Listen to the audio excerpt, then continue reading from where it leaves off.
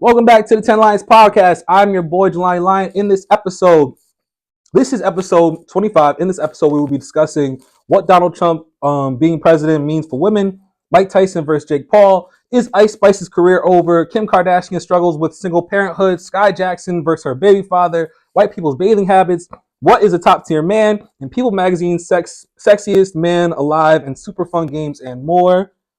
Introducing for the very first time, Jamila Santiago. Yes. Welcome to the podcast. For those watching, see in the future, see presently, make sure you watch all the way until the end so you don't miss a single thing. Also, subscribe, comment, like, and share. Jamila, how are you doing? I'm good. How are you? I'm alive. Good. I'm here. Good. Ready to talk about the different things we're getting ready to talk about. Do you have anything to say to anybody watching or anybody that's going to be watching in the future? No, just I hope that everyone takes an opportunity to learn something new. There's always room to learn, and I hope that you learned something new today. Education. I like that. I like it. So, Jamila, first topic is what Donald Trump being president means for women. I felt like as a woman and women's rights being the topic of discussion concerning Donald Trump being president and his policies and whatnot, it only makes sense to have you on to discuss it. Great. So what does this mean for women? Well, what doesn't it mean for women? It means a lot. I mean, we know that Donald Trump loves women and doesn't love women at the same time. Mm-hmm. He loves what women, I think, can do for him, but doesn't really respect women as a whole. Mm. And so there's a lot at risk, right? He's been talking about abortion bans. He's been talking about putting regulations on divorce qualifications. Mm. And, I think that people really need to educate themselves and pay attention to what's going on. So we know that Donald Trump put out in his campaign that he wasn't against abortion, but wanted to send it back to the states. And right. I mean, what does that really even mean? Same thing. Right? It's like old white men running the states. So what difference does it make if he's calling shots or if they're calling the shots? Right. It's the same thing. And I think that people just have like a really common misconception about just abortions in general. Mm-hmm. I think that people think that women have abortions just because they get pregnant and don't want to deal with it or, whatever. But there's like a lot of other reasons why women have abortions. And Donald Trump is talking about a national abortion ban, which means no abortions at all. Right. And that's really scary for a lot of women, I think, because sometimes women need an abortion to save their lives. And if right. they don't have access to that, then what happens? So is he talking about national abortion ban like after the whole state voting for it, or is that like another thing? I think it's like another thing. I think that he put it on the states during his campaign, right. trying to say like, well, that's not really me. Like, let the states deal with that. Right. But like we know from his discussions and the people that he surrounds himself on that like a national abortion ban is the goal. Right. So many states have abortion bans now, especially since Roe v. Wade got overturned. Right. And so we're just continuing that direction. It's definitely like an ulterior motive. Yeah. So for the people who may not know, I'm obviously assuming you didn't vote for Donald Trump. I did not vote for Donald Trump. Me either. So team not vote for Donald Trump. Can you give our viewers or anyone who will be watching this in the future because you stated that people like women don't only just get abortions for so and so, like what are the important reasons that women would need abortions? Yeah, so I mean, for people who don't know or who have never been pregnant, when you get pregnant, you get a lot of testing done, and they can test for genetic abnormalities in your child.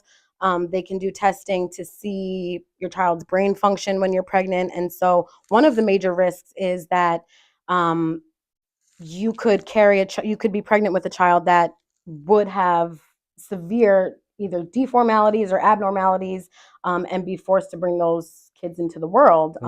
And it's controversial, but I think it is ultimately up to the parents. Like it's not right. up to what everyone else thinks. Right. You have to decide.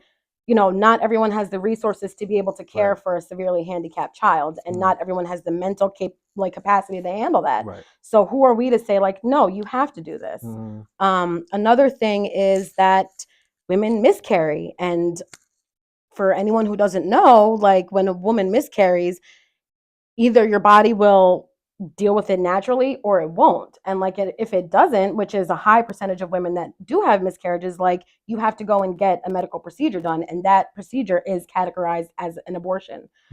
So if there's a total abortion ban without stipulations for medical necessity or whatever, those moms are now at risk because they are carrying basically a dead baby inside them, and it can cause them to go into sepsis. It can cause them to die. I mean, there's a lot of things.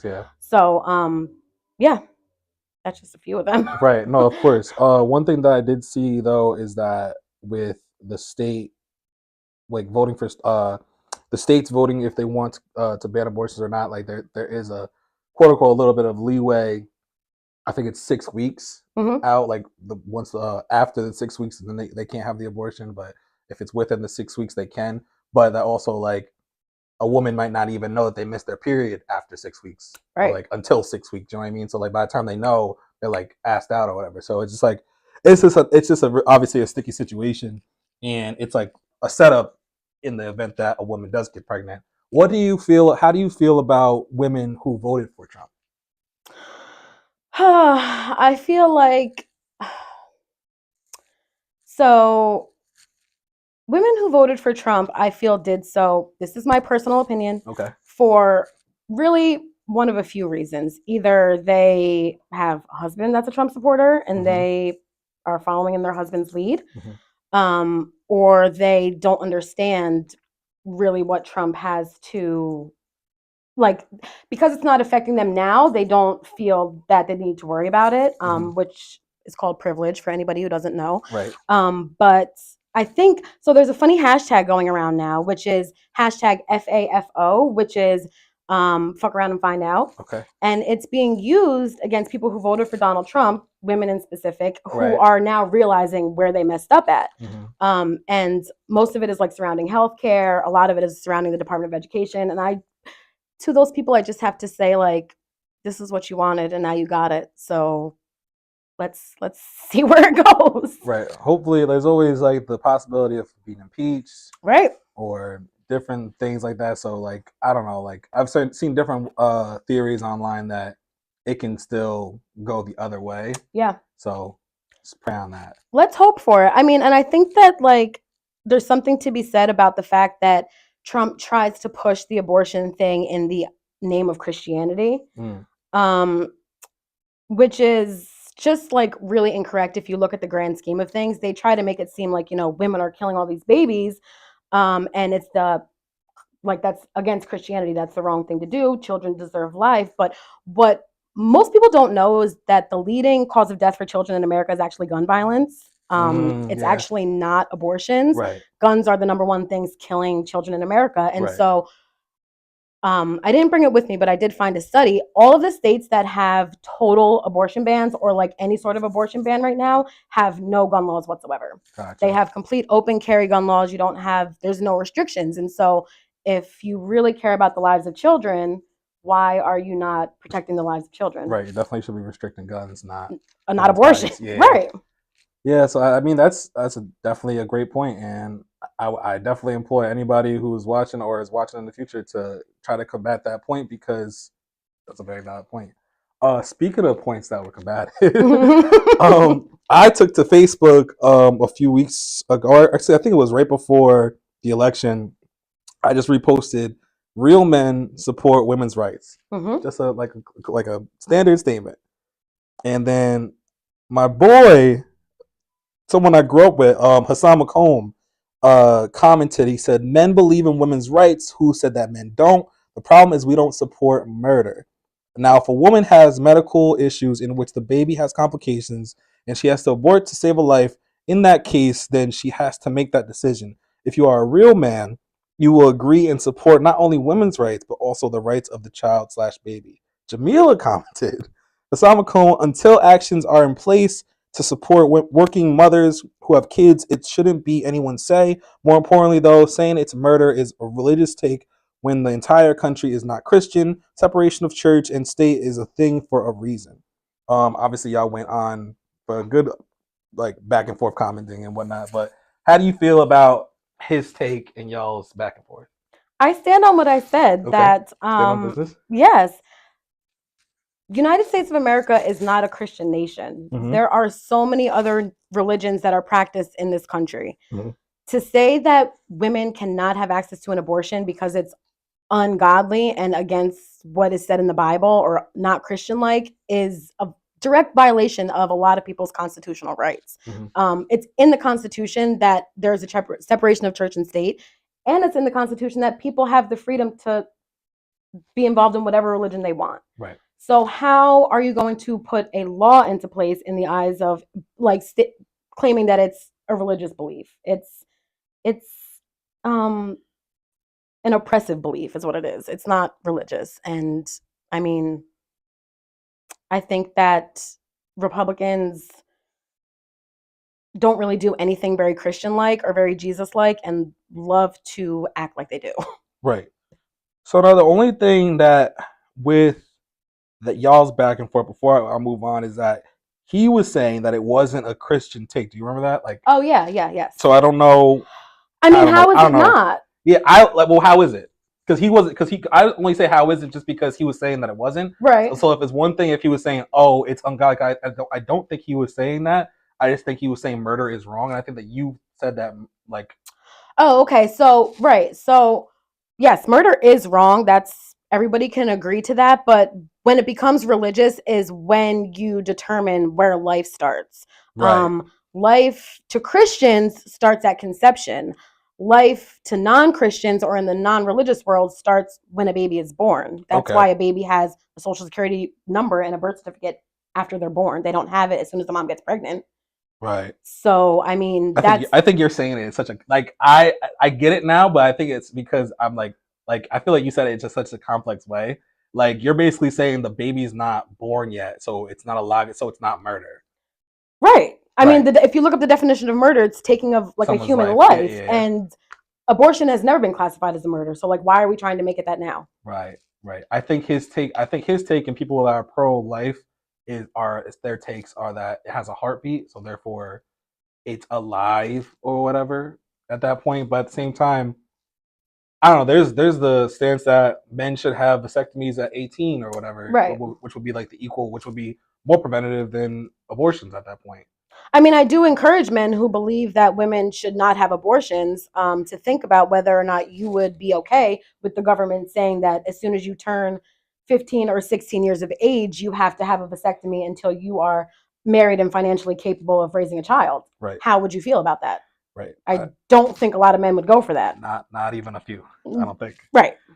And what the funny thing, not like haha funny, but whimsical. Hassan took to his Facebook, and I'm not saying that the two are connected or correlated, but his post the post he made said, "If America is so bad, then leave. Trust and believe, for this is true. It's not green on the other side." That's the whole post.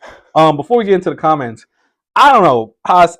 It sounds real. Go back to your own country ish, and it's just like Haas is a black man. Yes. So it's do you know Haas? Do you know Haas or? Yeah, I know who he is. So I'm just confused. I'm just confused on a lot of takes that he was giving out, especially that one, because it's just like, what's happening? It sounds like, and I don't mean to come at Haas in a negative way. It just sounds like it's coming from an older white man that's like, don't step on my lawn, like just honestly like a racist or a sexist older white man. Like, but I didn't know Haas to be that way.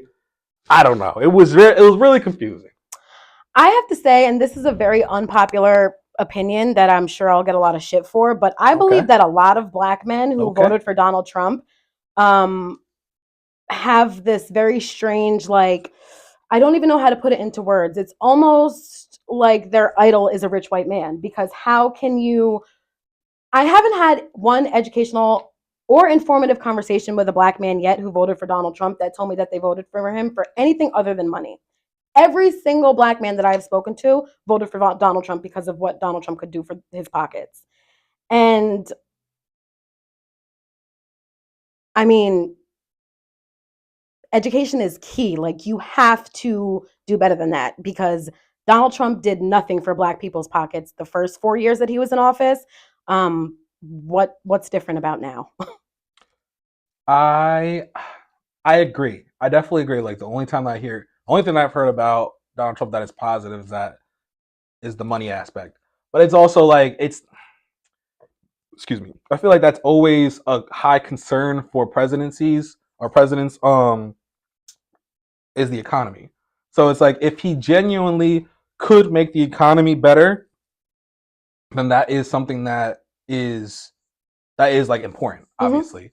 But that shouldn't outweigh a long list of like negative things. And also like with the research that I did, I saw that economists that were like Nobel Prize winners found Kamala Harris's economic plan to be like better than Trump's. So it's like if your stance is that he was going to make the economy better, then you should have voted for Kamala because she had a better economic plan. Regardless of like what people think, if you pay attention to research and data and the people who know their shit and what they're talking about, economists say that the economy was better under Joe Biden than it was under Donald Trump. Like this is something that they're saying. They're saying that the economy right now is not that bad. They're saying that people are suffering from the feelings of inflation, which the entire world is. That's not just the United States. Everyone is suffering from inflation. So they think that because he's a rich man that they're like going to become rich under his presidency. And unless you are already rich, unless you are in that 1% of American people that make like a ridiculous amount of money, he will not benefit you. Like that's just the reality. And I see people that are like, you know, they make $100,000 or $200,000 a year and they pay like $30,000 in taxes, and they're like, you know, we're rich and we're paying our taxes. And it's like, I love that for you that you think that you're rich making 200,000, but like that's not the rich that we're talking about when we say tax the rich. We're talking about the Elon Musks and the Donald Trumps of the world, like billionaires. That's who we're talking about. Elon Musk paid less than probably all of us did in taxes, which is crazy. Yeah. One comment on Haas's status was just because it's not quote unquote not greener doesn't mean we should be silent on the things that are bad. So basically, when he was saying that what did he say? To leave because it's not greener on the other side. Right, it's not greener on the other side or whatever. So it's like, it's just that's still such a wild thing to say.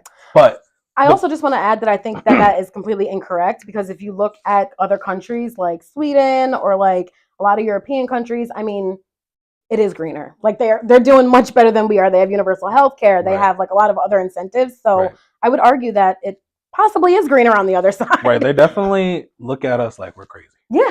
Especially because of Trump. So it's like, it's just a funny take. And like, he made his comment, and like there were comments like that. There was another comment that said literally no one has said worse things about America than our future president, which is Donald Trump, now our present president, I guess soon to be president. Again, different standards for him. So it's like there was different comments, and basically every comment was in disagreement to Haas's point. Because again, like first off, you said that if you don't like it here, leave. And then second, you're saying it's not green on the other side. And like, you can argue both things. The entire post can be argued because, like you said, it is greener in it can be argued that it is greener in other countries. And just telling citizens or people of America to leave if they don't like it here. Not that they don't like it here, that they don't like the president because of his radical, crazy, racist, sexist, all types of different things, narratives, not even narratives, facts, is kind of nuts in itself. And it's also like, it's a really strange mentality to have as a person of color, which he is, telling people to leave a country that was literally like, if anyone should leave the country, it shouldn't be the Black people, right? They're not the ones that, like, they were here first. Maybe not Black people, but like indigenous people were here first. So really, like, if the white people don't like the way America is going, or like trying to go, or saying that we're too woke, which is like a whole separate issue, then like, why don't you leave and go find a country that's willing to like take on the bullshit that you're trying to spew? That is Jamila's take on her own. What was I gonna say? To your point, saying that Black men, you said a point about like Black men like idolizing rich white men. I said something similar about Latino men or Latino, just Latinos in general, just because a lot of the votes, the percentages of the group of people that Kamala did quote unquote the worst in were women, young adults, and Latinos, which is nuts because obviously he's trying to take women's rights. I'm surprised at the younger people because they're supposed to be like the new woke generation or whatever. Right. And the Latinos, he's trying to deport more than half of y'all. Right. So it's like, if not all. Right. So it's just like if you're not a citizen, he's talking about mass deportation like day one or whatever. But if you came here and you grew up or were like conditioned to idolize your white boss or Donald Trump or George Bush or whoever the case may be, is like that's your hero and whatever he says goes. Yeah. So it's funny that you said that about black men because I definitely feel that way about Latino men, and it's probably a little bit truthful when it comes to black men as well. But I also feel like a lot of people. I also feel like it's not just people that especially black men. It's not just those people that voted for Trump. It's also the people that didn't vote at all. Because like I understand not being educated, but it's just like I feel like it's always said that the elections are this year's election is the most important election of them all. Right. But I feel like this one was really that because not only was it the first time ever a black woman running for presidency who was just the vice president, and if she wasn't a black woman, she likely would have won. You have Donald Trump running again, who's been proven to have done and said all these different things, and you didn't do like the one thing that you could have done to help prevent something that's going to cause like a mass change or effect in a lot of different groups of people. Right. So it's definitely wild, but we'll have to just wait and see what happens. Yeah, I guess so. All right. That was that. Do you have anything else on that before we go to next topic? No, not really. Okay. I like it. Next topic, Mike Tyson versus Jake Paul. I believe it was last night. No, it was the night before last that Jake Paul and Mike Tyson battled it out in the ring. They went 8 rounds, and Jake Paul was the victor. Couple things about this. Not going to be on this for too long, but it was said that Jake Paul himself said that I held back. I didn't want to hurt somebody that didn't need to be hurt. A lot of people were saying that it was a boring fight. They were criticizing Mike Tyson and his like boxing skills and whatnot. But he's like almost 60. So like the fact that I know mad 60-year-olds that are not getting into the ring with anybody, right, let alone a 20-some-year-old that's in good shape, that's been boxing and whatnot. So the fact that Mike Tyson went 8 rounds with Jake Paul in the first place and wasn't knocked down, wasn't knocked out, is a testament in itself. And good on Jake Paul for holding back and not like beating Mike Tyson like he was somebody his age, right, and on his same level. Like Mike Tyson's a legend and whatnot, and he treated him as such and whatnot. He bowed to him, respected him. That's definitely dope on his part.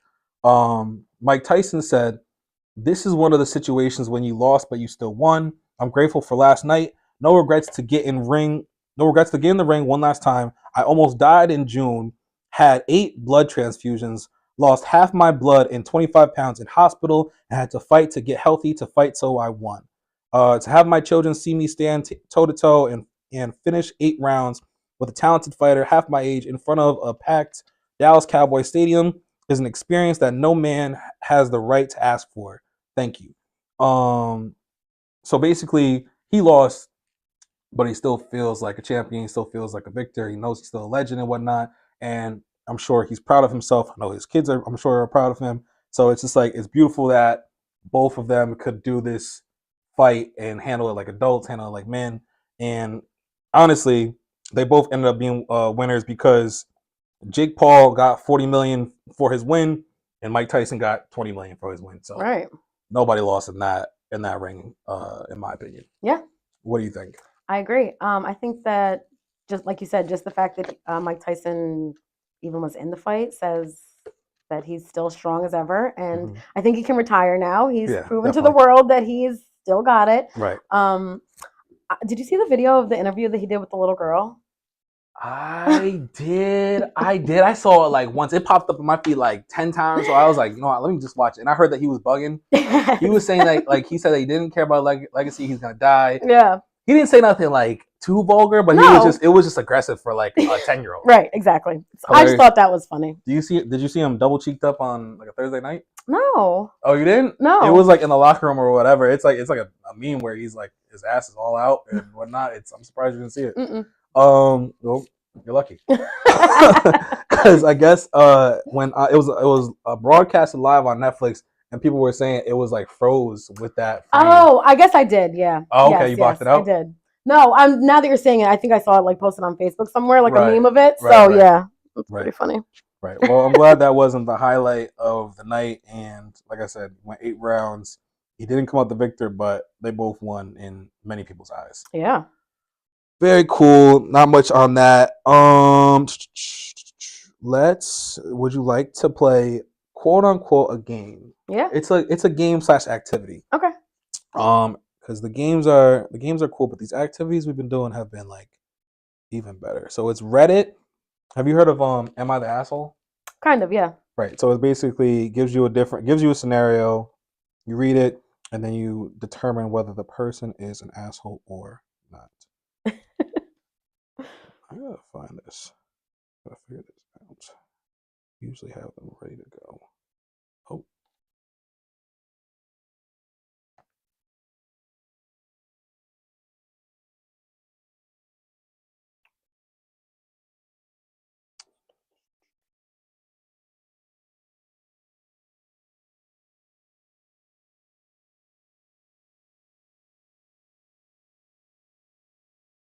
If that's too long.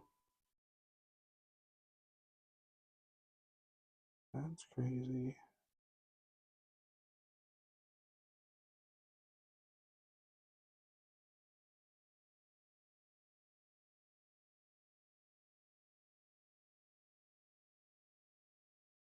Some of these are like just like Bibles long.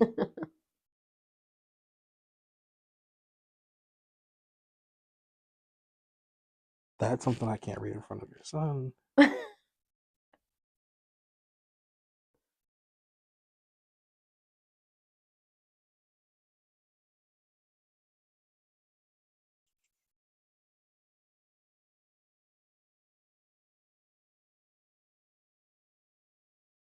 Oh my god. All right, I guess we're gonna go with this one. am,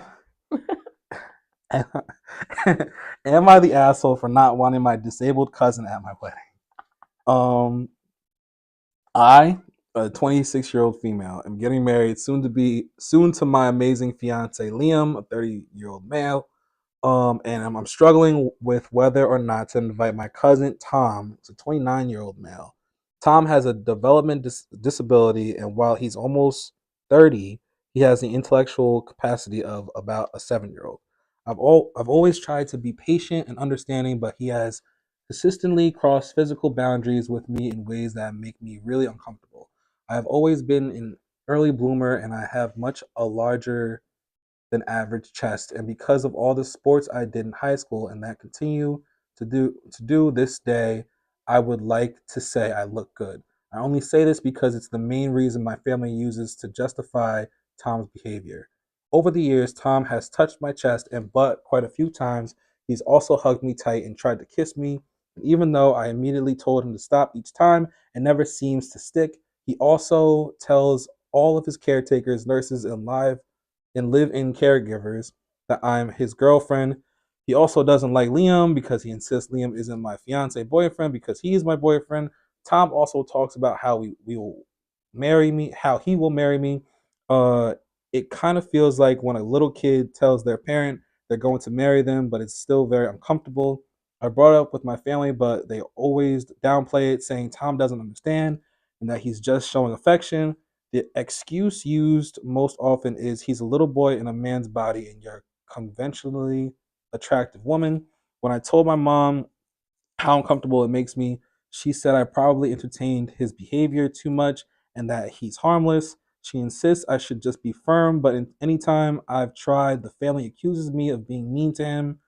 With my wedding coming up, I want the day to be relaxed and special without constantly worrying about Tom overstepping boundaries. When I told my family that I was considering not inviting him, they were outraged. They said I was being unfair, cruel, and that he'd be devastated not to come. My mom even said it would ruin his day and make it obvious that he's different, which she thinks is heartless.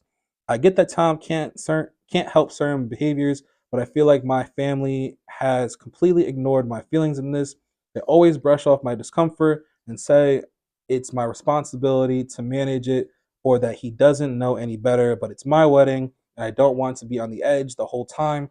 Liam says I have every right not to invite him, especially because of how he treats both of us like our relationship isn't real. Still, I wonder if I'm being too harsh or unkind since Tom isn't fully aware of boundaries and doesn't really know what he's doing is bad or harmful, especially because his parents and other family members encourage it. Am I the asshole for not wanting my disabled cousin at my wedding? So in short, I'm gonna have to say no. Okay. She's not. Okay.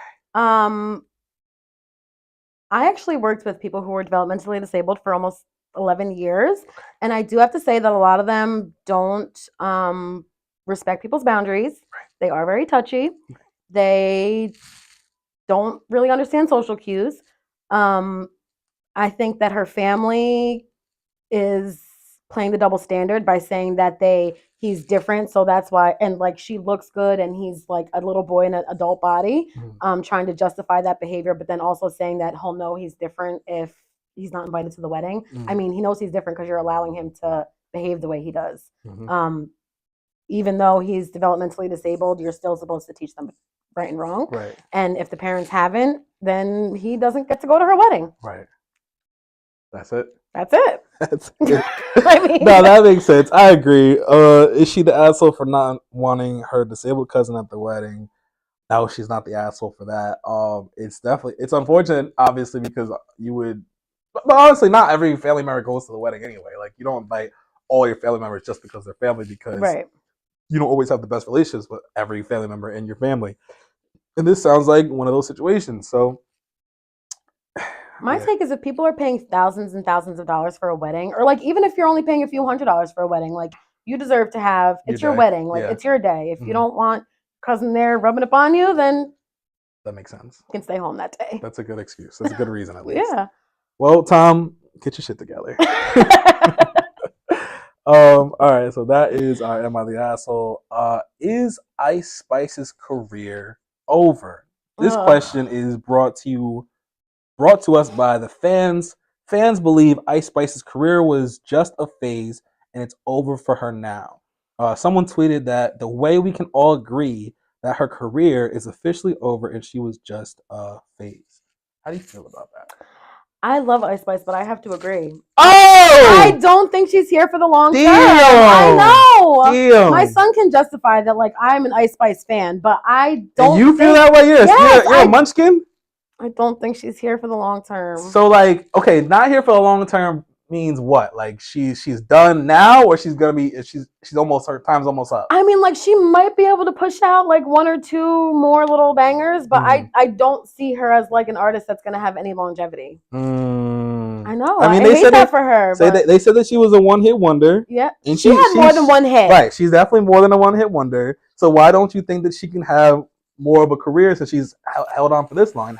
She's had like at least 5 good songs, I want to say. Yeah, you're right. I mean, I guess because... Let's dissect it. What's her problem? I feel like...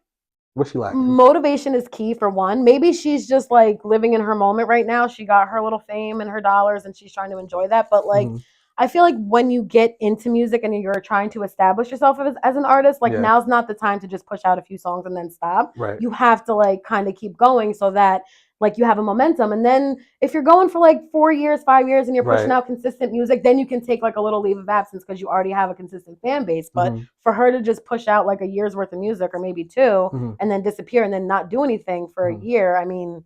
Well, she's on tour right now. Oh, okay. I did not know that. She's on tour. I think she's on tour overseas. And I was going to ask you if you listened to her album. I believe she dropped the album this year. It was Y2K. Yeah, I think so. Yeah, if anything, if you didn't, I don't understand because it definitely got like swept under the rug. Like I think it only sold like 20,000 copies first week, and yeah, like I think she dropped EP last year. I feel like the Okay, EP yeah, did you're better right. than the album. The album didn't really do. Wasn't like a crazy, like there wasn't much like replay value on it. Like I went through it, it was cool, but it didn't hit me like the first like couple of hits that she had and whatnot. Yeah. And I think it's how do you feel about who are your favorite people like music wise? I have to be honest, I don't listen to a lot of American music. What's that? Okay, I what do listen you mean? I listen to a lot of dance hall music. Oh, okay, look at you. Yeah. That's tough. But I don't know. Like I couldn't even tell you who's like trending Mm. in American music right now, to be honest. I'm not gonna lie.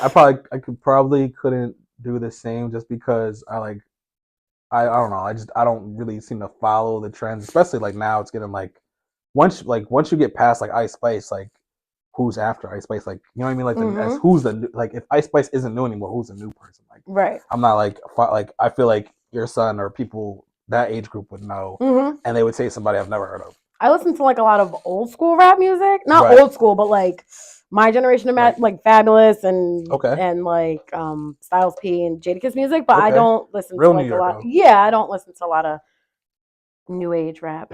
Well, Ice Spice is from New York. She is. She is. I like her. Shout out Queens. I want to say Bronx. Bronx, I think. Bronx, I think.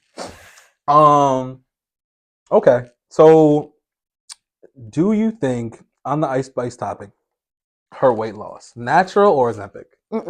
I can't. I can't say whether it's Ozempic or other things. I definitely think it's she can not natural. No, she wasn't in the gym. So. She wasn't shooting in the gym. I don't think so. Yeah, because it doesn't look like she has any gains. It looks like she just lost weight. Right. I mean, I guess you could work out and not have gains, but I think that if you, it was mad fast. Yeah, it was like overnight. I don't think it was natural. It was definitely overnight, and like so my problem with Ice Spice because I was Team Ice Spice, but my problem with her is that because I know she's on tour, cause I like follow her, and whatnot, but it just seems like she only has like her dancing to offer. Like that's her biggest thing, and it's like okay, at this point you're like a stripper, right? like no shade or whatever, but it's just like I can't, not that I can't see her as a music person because obviously she's a music person, but it's like if that's what you do every single time you touch a stage, people are more watching you dance or your ass or whatever, right? Instead of like your songs affecting them or like them like being captured by your music or whatever.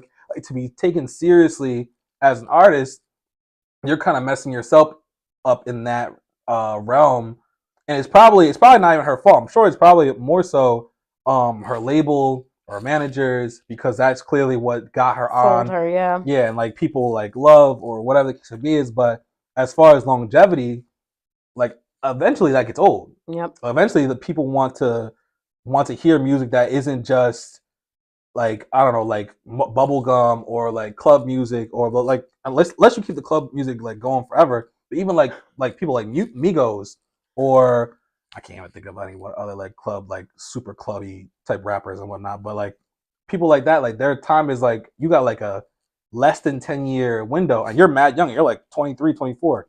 So I would definitely. It's getting cold out. Put some clothes on, make some new music. Yeah, I agree. And connect to some people's hearts. I agree.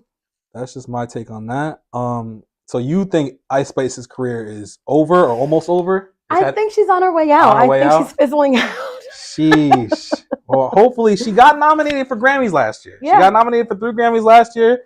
No Grammy nominations this year. So hopefully we get like 1 or 2 next year. I hope so. Yes, because she was cool with Nicki, but then she fell out with Nicki, but everyone falls out with Nicki. So right. How you feel about Nicki? Just like real fast. I love Nicki, but I think that she is very unhinged. Too unhinged. Yeah. Like needs to be like signed up for a medical assistant. Like something. She is fucking nuts. She is. It's so annoying, but I don't know. To each his own. I used to love Nicki. Yeah. But then she's just like, I don't know. It's just I feel like fame after a while, or sometimes for some people, like as soon as you get it. Right. But some people after a while, they just turn nutty. Like her, Kanye. I know. Drake now is like acting funny. Mm-hmm. But that's Hollywood. unfortunately. But Ice Spice, I'm rooting for you until you retire. Me too. Me too. So Kim Kardashian struggles with single parenthood. Oh. So Kim Kardashian expresses not having help from Kanye West raising their children. I quote, "No matter what kind of help I have, basically, I'm raising 4 kids by myself." I roll. The article says Kim Kardashian recently got candid about navigating motherhood as a single mother and how it can sometimes feel like she's going through the motions alone. In a recent episode of the What in the Winkler podcast, Kimmy told Zoe Winkler, "I think you and I have mostly connected on parenting and judgment and feeling like sometimes you're in this alone, even though we have great support systems and we have people around us." How do we feel? Oh, actually, there's a little bit more. She added, "But sometimes in the middle of the night when they're all sleeping in your bed, kicking you and crying and waking up, it's not something that I talk about a lot because I feel like there is always a lot of judgment, or people always will jump to the but you have the resources to have nannies and to have help, and I just think that no matter what kind of help I have, I'm basically raising 4 kids by myself." In addition, the Skims founder detailed her busy morning routine with her children. "I mean, even carpool this morning. I had 5 kids that I had to take," she recalled, "and everyone wants to leave at like different times or wants different stuff. And I feel like at like a pit stop of a race car driver." That is Kim Kardashian's struggle with single parenthood. Thoughts? So I am going to go with the latter and say that the people who judge Kim Kardashian and say that she has all the resources are 100% spot on. Okay. You have more money than God. There is no reason why you should be stressed out in parenting. And listen, I have 3 kids. I know that it is stressful to be a parent. Okay. But if she's just venting, like, fine, right. And I can empathize with her, but I don't feel bad for her. There are women out here that have like nothing, a fraction of what she has, right. And have more kids than she has, and are making it work. Like, right. It's a first world problem that you're complaining that your carpool didn't run smoothly for you this morning. Right. And nobody told you to have all the kids. Not only that, but kids. Like, I don't know what Ye is up to these days, but something in my heart tells me that if she allowed him to be involved with his kids more, he would be. I don't know what he's up to. I know that he's also very unhinged, but I don't think unhinged means bad parent in all circumstances.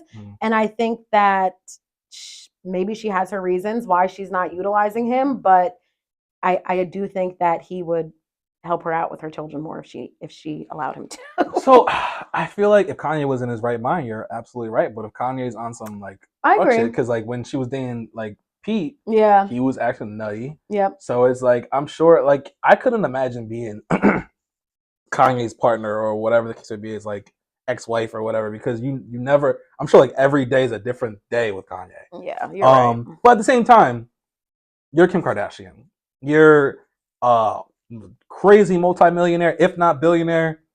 You can handle 4 kids, if not you and your staff and your siblings. Like, you have a huge amount of family. Yeah, I'm not buying it. Right, that's a little nuts. I'm not buying it. I'm sorry. You have the money to buy anything you need to make your life easier. That might be the only thing she has to complain about in life, except for like, I don't even know, like getting her nails done or whatever. Like her being a mom is the one, like, not even like complain about, but it's like her only job that's like a real, in the real world, a human job, yeah. like a regular and average job. Like everything else that you do, like you're a CEO of this, you got Skims and different things of that nature. Like you have staff that like basically run your company as designers, different things of that nature. You're on red carpets, get paid for whenever you wear anything or show up to anything.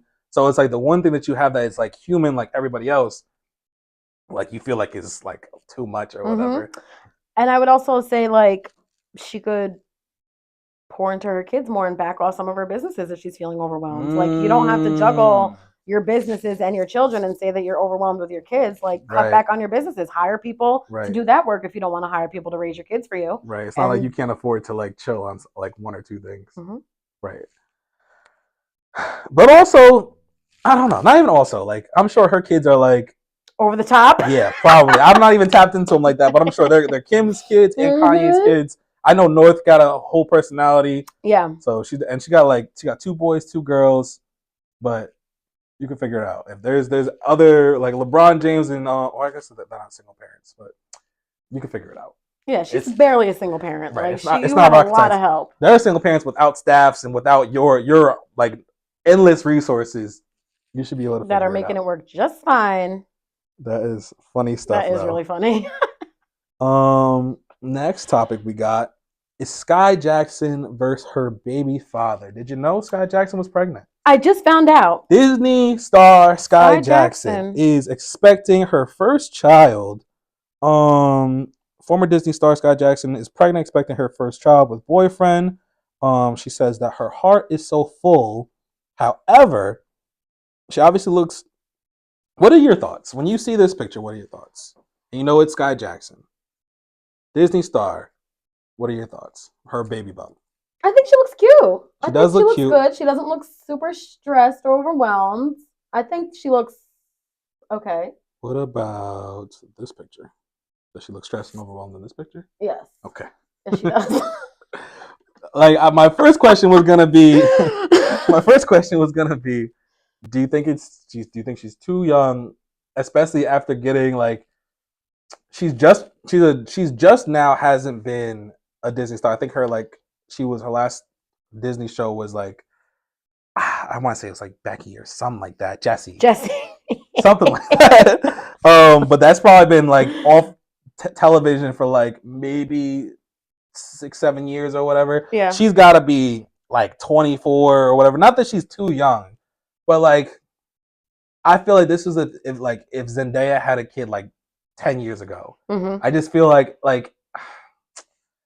I don't know why I feel like this is not a good move for her. Not a good move, but like I feel like she should have waited to have kids. Like, does that hit you the same way, or do you agree, disagree? I think that, so my advice to everyone is always to wait to have kids. Mm-hmm. But I do think that when you are living in a different world and have more resources, then you kind of have less of that right need to wait, kind of. I do think she's very young, and I hope that this doesn't halt her career any further. She's 22. Oh, she's 22. Yeah, and she just has a baby face. Just looks like a baby. Yeah. Also, her baby daddy is unhinged. Not the greatest pick, I don't think. Okay. Right? He's like, is he famous or no? Not that I know of. Camera footage shows the father of Skai Jackson's unborn child being arrested for parole violation. Yeah, I heard they met in jail. What the hell? Did they meet in jail? I don't know if they met in jail. I heard, this could be a rumor, but I heard that somehow they got connected through like a pen pal thing. Oh, I did see that. Yeah, and started like connecting after that, and then she got pregnant by him. See? Yeah, so that's insane. She's not headed down the best path. Nothing against that, but I mean, she's Skai Jackson. She could. Like, I would have rather her be with Kai Cenat. Yeah. She popped. I wonder how he feels, because she was on his stream like maybe a year ago or whatever. Like, that would have been a way better pick. And then I wish I had his tweets. I probably could find them. He was tweeting about her crazy. They had Skai Jackson. Where is it? Okay, Skai Jackson has been arrested for domestic battery. This happened in August with said boyfriend. Security allegedly spotted Jackson and her boyfriend getting into an altercation, and then she was arrested. Skai Jackson not facing charges after domestic battery arrest. That's when people found out that she was pregnant. Mm-hmm. So it's a lot to unpack. It's kind of sad. Like, I see it with her. Yeah. What's going on? And with the other girl who had the baby, who's like, oh my gosh, the Ariel from The Little Mermaid. What was her name? Halle Bailey. Yes, she's also going through drama with her baby daddy in the media right now. Oh, I'm not mad or glad that you brought that up. I was debating talking about that. I feel like he's the corniest guy on the internet. Yeah, he really is. And I didn't want to give it so much light because I kind of hate when he pops up on my feed. Right. And he's not like bad, like 6'9", or it could be worse, like not like Blueface. Yeah. And like Krishan or whatever, but it's just like wow, guy, you had like a golden ticket. Just all you had to do is just shut up and just play your cards right. Instead, you're the literally the corniest guy. You're like, y'all broke up, and then you started like having girls over or whatever, shooting videos with girls after just having broken up with the mother of your child, just having the child your child and whatnot. You invited you went on the Kai Cenat stream, brought your baby, and she wasn't cool with it. It's just like you just keep looking like a fuckery, and then we as black men look like we aren't shit because you're in the spotlight and you're not shit. Right. Yeah. And then this guy, who's clearly a black man, he's like albino. I don't know what the fuck, what's going on with him, but yeah, he's light skinned. He's lighter than you. He's like, I don't even know if he qualifies, but it's fine. But he's getting pinned down to the ground after violating parole. Her goofy self had him as a pen pal and then started dating him, got pregnant by him. Like, what's going on? I think that I don't know. She just had it too good. Yeah. Or I think, I don't know. I feel really bad because I feel like we're seeing a trend right now of women that get involved in these really toxic relationships, and then it ends up making the women look like they are really crazy. And that's a real situation that women go through. They get involved with these men that literally turn them insane, and then everyone's like, "Oh, look at how crazy they are." Well, this is a beautiful segue. Okay, great. Because guess what? You're a woman. Yeah. So maybe you can answer this question. Okay. Why do women love what? This is clearly not the first time we've seen this. This is clearly not the last time we're gonna see this. Why do women love going for the toxic man? I don't think there could have been a more toxic choice that she could have gone for other than a crackhead on the street. Jesus. Yes. So speaking from lots of experience here, I think men don't present themselves as toxic. How do you not present yourself as toxic? Not even toxic. You're a pen pal in jail. Well, so for Skai Jackson, I don't know what she was going through at that point. Okay.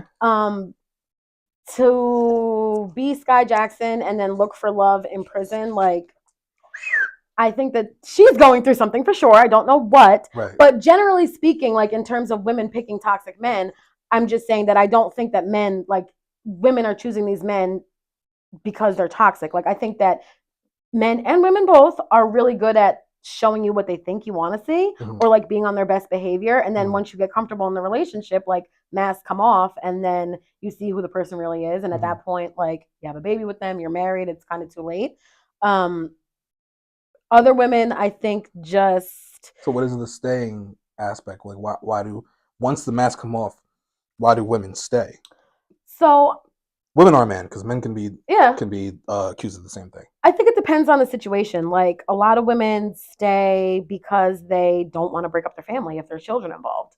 A lot of women stay because them and their partner are financially dependent, contributing to finances together, and the women feel like they can't do it on their own. I don't know why women stay. I was married to a horrifically abusive man, and I did not stay. But he did have me feeling crazy and had everyone else around me thinking that I was crazy too, just because of how his behavior towards me had me acting. Were you acting crazy? I was acting how anyone acts when they're disrespected. I mean, I was defensive. Yeah. Right. And so I don't think that any woman... Let me pause myself. A lot of women do chase after toxicity because they themselves are toxic. And because it's an energy that's familiar to them. A lot of toxic people in general are intimidated by healthy behavior. So you tend to gravitate towards what you're familiar to. So yeah, that's my take on it. So if you had to guess, because Skai obviously it wasn't a financial thing with Skai. Right.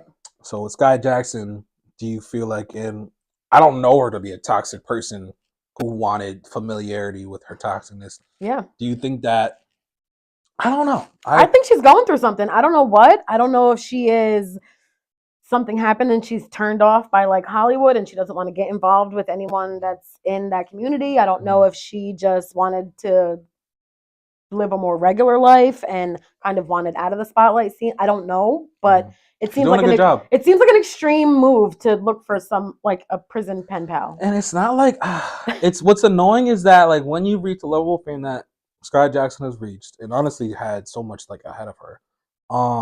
You have people around you, like she's not by herself. She has parents, she has managers, agents, different things of that nature.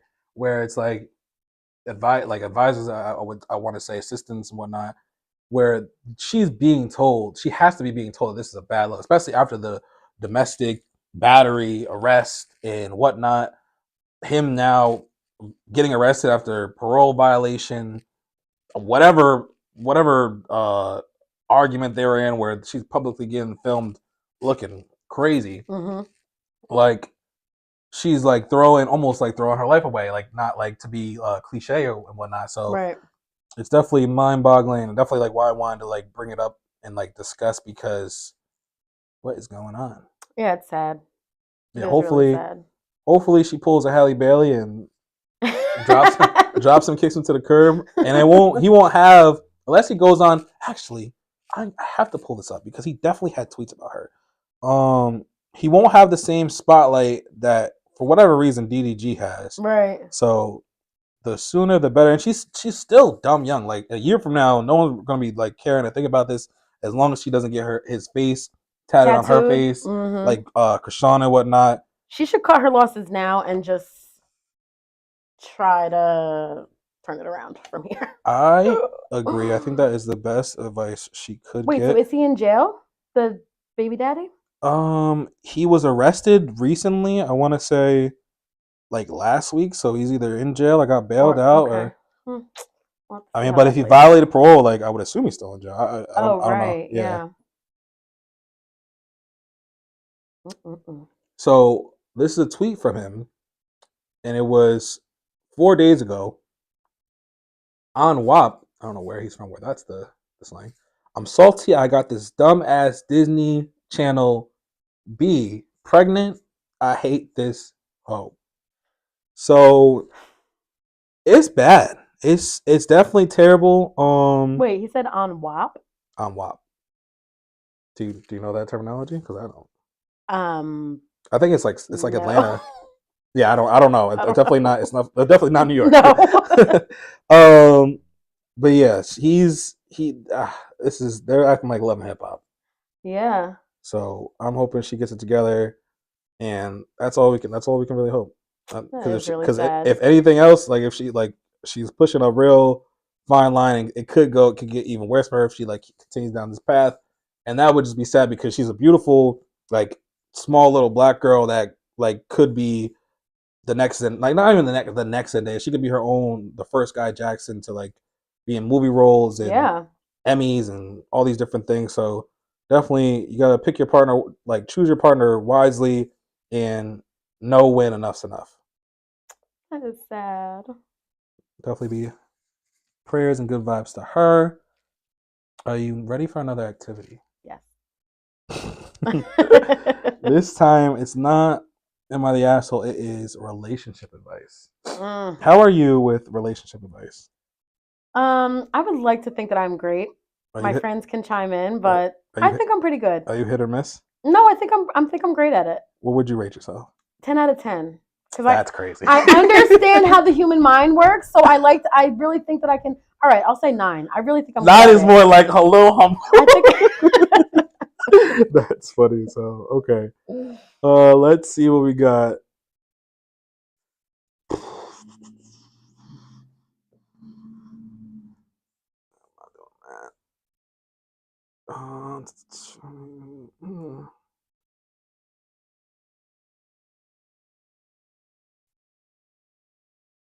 Whoa. Let's see about this. I am a 26-year-old male. I'm 3 years with fiance, a 24-year-old female. She's got me paying for her entire family. Is this getting out of hand? Let's read the backstory. I'm 26, earning a high salary that puts me in a completely different financial bracket than my fiance, who's 24. We've been together for 3 years and engaged for a few months, but her constant financial demands are really testing my limits. A few days ago, her cousin had a medical emergency and needed a large sum for hospital bills.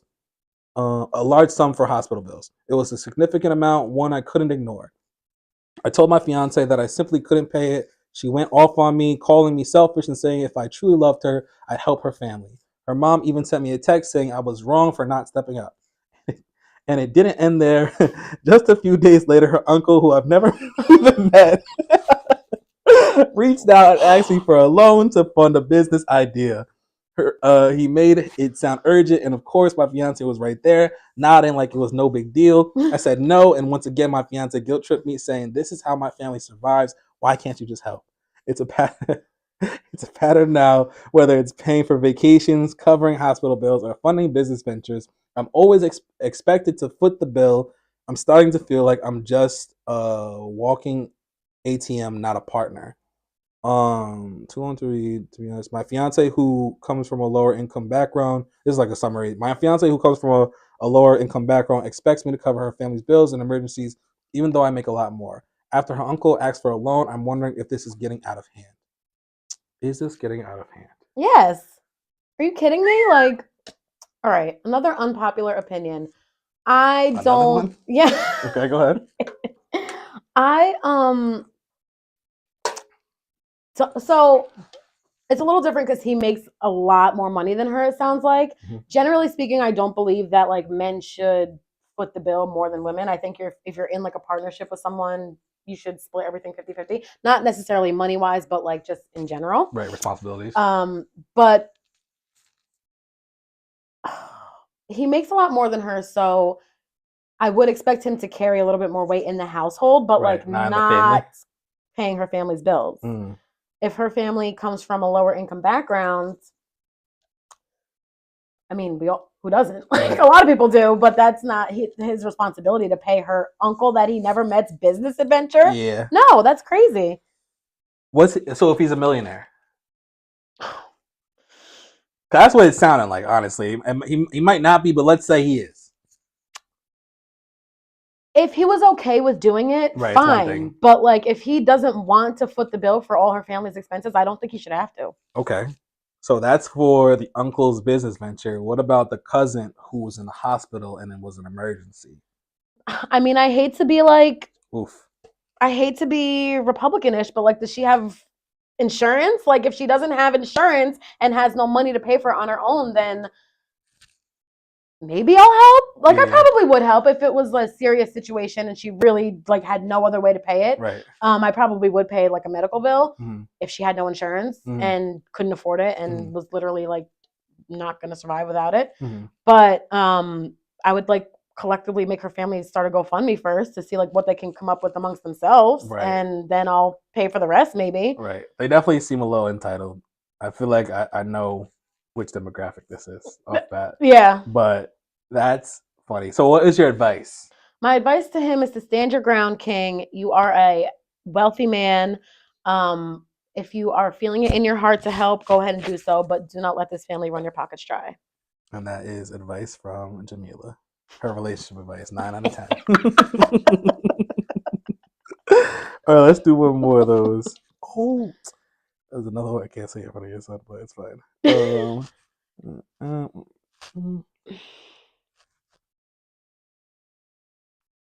What?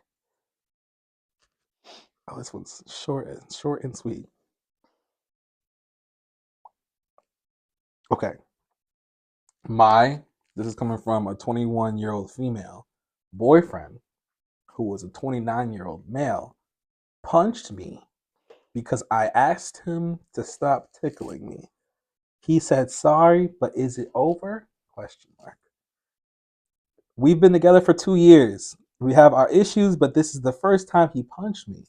He was tickling me and it was funny at first, but then it became too much and I asked him to stop. He kept doing it and laughing and didn't hear me, so I asked again and he didn't listen.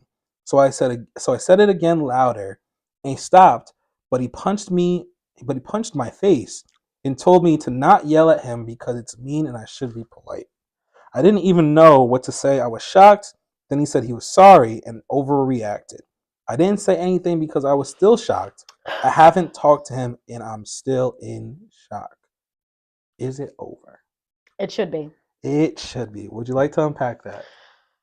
All right. So just based on the little head like blurb there, before we got into the detail, I would say maybe not, but like because we got the context, like he punched you and then he said don't be rude to him or something like that. Like that's that's not like him just playfully punching you for like whatever. That sounds a little bit aggressive. I personally think you can't playfully punch somebody in the face. Yeah. Okay, so that too. In the face, like there is no really playfully punching somebody in the face. Right. So and I think that once they do it once and apologize, that doesn't mean that they won't do it again. So you should leave now before he does it again. Right. What would you say to the man?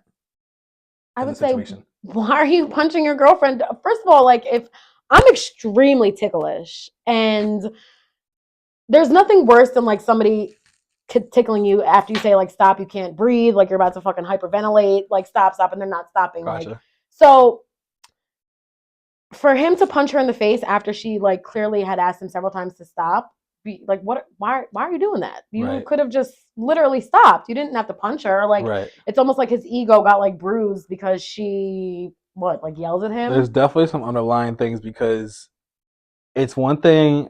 Like I would think in that situation that she would punch him because she's tasking him to stop and he's not. So and if he was like, it just doesn't make sense for him to punch her, especially in the face. Like if anything, like I don't know, I can't even like really rationalize it. So yeah, I would definitely.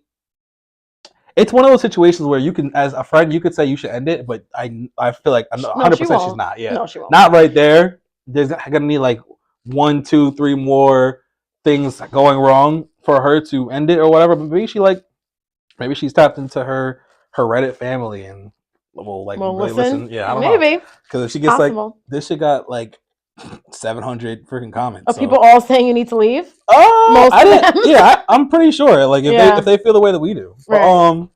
So yeah, I would definitely tell her to leave. She probably wouldn't, but that's what I would say to her. And to the guy, I don't know. Like what is wrong with you, guy? Like you need to resolve whatever is going on internally because you're taking it out on your girlfriend, women. And it just does it like you're gonna end up in a bad situation regardless, whether y'all break up now or later, or you get yourself into worse shit or whatever. It's just a bad look all around. Yeah. How do you feel about the relationship advice? I love it. That's good. Do you want to do one more, or do you want to go to the next topic? Whatever. We can do one more. Let's do one more. Let's do one more. Let's make it one more. Even 3.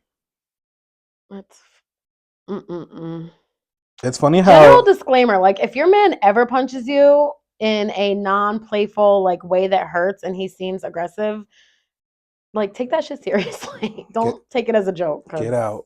Men should not be hitting women, period. Okay, this is again another one that's pretty short and sweet. I wish the Am I the Assholes were that short. This is coming from a 24-year-old female, placed an ultimatum on my 30-year-old male partner. Is that bad? ? I've been dating my boyfriend for over 6 years. Wait a minute. Yeah, there's your first red flag. There's your first red flag, honey. Oh my God. All right. She definitely just outed herself. Whoa, somebody call somebody. That was crazy. All right. Let's move right past that. We've discussed engagement over the past few years, and we even bought a ring over a year ago. When I recently asked him about when he might propose, his response shocked me. He said he still needs to figure out if we're a good match after 6 years.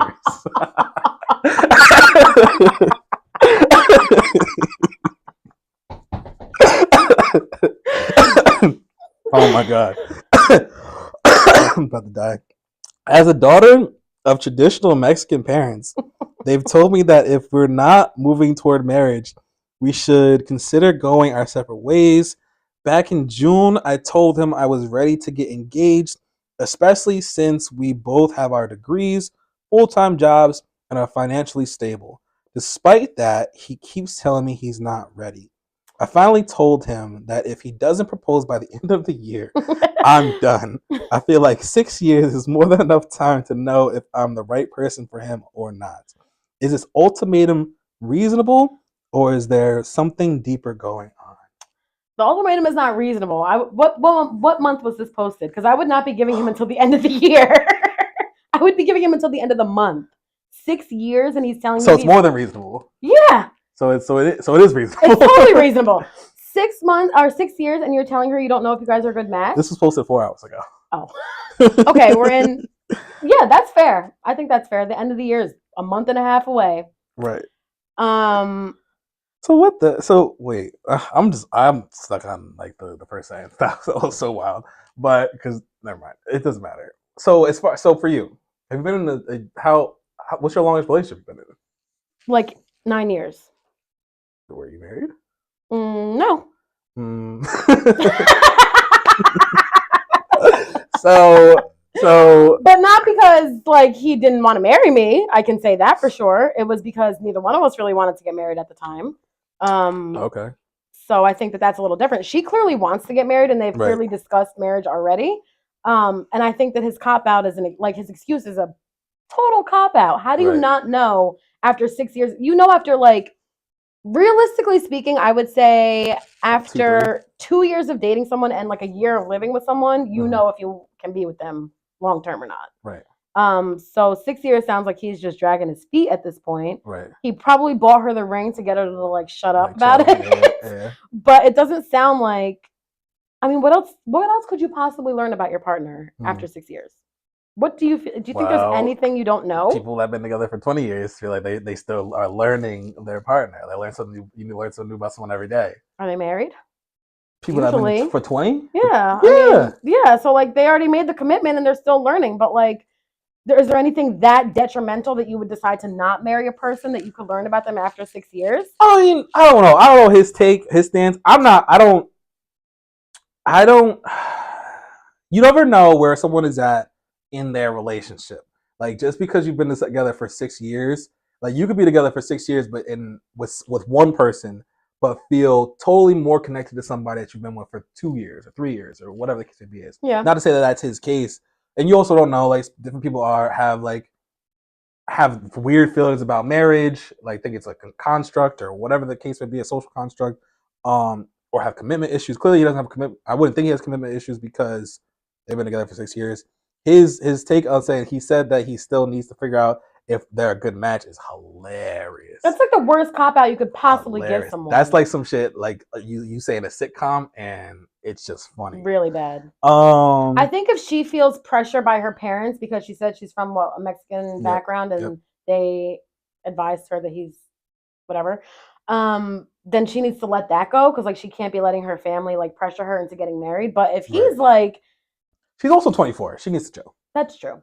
24 is young. Yeah, 24 is mad young. He's 30. He just 30. Like, I'm not saying he just turned 30, but like, if I'm just turning 30, I could see him. I don't know. It depends where I'm at. Again, it depends where I'm at in the relationship. But it's just like he needs to give more than what the fuck he gave. I agree. So I agree. If he would have said literally anything else, like, "Oh, my career is about to take off. Like, let's wait until whatever." Like, fine. But to say like you don't know if she's a good match? Like after 6 years of being together? That's crazy. How would you take that? I would be like, okay, I guess we're not then, and be on my merry little way to find someone who is my good match. Right. So what is your advice to her? My advice to her is to wait till the end of the year, see if he proposes. If he doesn't, and he can give you another better reason, although the first one, as far as I'm concerned, is already the bullshit laid out. If he can give you a better reason, you can consider it, but it sounds like you might be waiting for another 5 years, and you have to decide if you want to do that or not. Here's my thing: if you have to the end of the year, you kind of like put a time frame on it. Yeah, which and we know definitely takes the romance out of it. Especially with men, I'm sorry, but like men don't like to be forced into anything. Like as soon as a man feels like you're forcing him to do something, I feel like they like kick up the brakes and are like, well, I'm not doing it then. Like, or they. I agree, but I feel like as far as like to say to like the end of the year is better than like next week or the month or whatever. So it's like as far as the time frame, actually that's like the end of the year really is like, soon. Yeah. Well, buddy, you better figure it out. I think he needs to like sit down and have a serious conversation with her about why he's not ready to do it yet. If it's like I'm still young and I'm like scared of commitment, fine. But like you have to give something better than women are understanding for the most part. She sounds a little less understanding. How do you feel about their age gap? He's 30. And she's 24? Yeah. I have nothing to say because my partner's 12 years older than me. So you have nothing to say because you I don't think there's anything wrong with an age gap in partners. I think that some women are mature and they date men that are on their maturity level. So I have nothing to say about that. I think that it's totally fine that he's 6 years older than her. So what do you feel? How do you feel about? I understand that. So how do you feel about a 24-year-old picking up an 18-year-old? So that's what it sounds like they got together. So 24 and 18, I don't think is a huge deal. 24 and 17 or 16, I would say is a no-no, just because 18 is like really the age of an adult. I think that I don't support underage relationships at all, period. But 18 and 24 is not an underage relationship, and 18 is a legal adult. Right. I think that